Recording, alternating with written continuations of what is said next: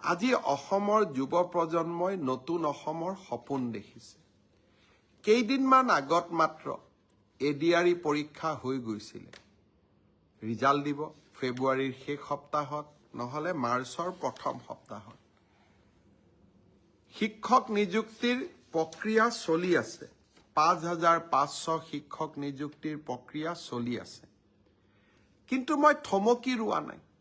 ৫,৫০০ নিযুক্তিৰ প্ৰক্ৰিয়া চলি থকাৰ সময়তে নতুনকৈ আকৌ ৪,৫০০ পদৰ আমি বিজ্ঞাপন দিলোঁ। এটা এডিআৰই পৰীক্ষাৰ ফলাফল দিম আৰু লগে লগে নতুন পদৰো আমি বিজ্ঞাপন মুকলি কৰি দিম। আশা স্তব্ধ হ'ব নোৱাৰে। আমাৰ সপোনবিলাকক আমি পম খেদি থাকিম। আৰু যিসকলে চৰকাৰী কৰ্মসংস্থাপন নাপাব তেওঁলোকৰ কাৰণে মুখ্যমন্ত্ৰীৰ আত্মনিৰ্ভৰ অসম, ছেমি কণ্ডাক্টৰৰ দৰে অজস্ৰ উদ্যোগ আমি সকলোৰে বাবে এখন সপোনৰ অসম ভূমি আমি নিৰ্মাণ কৰিম।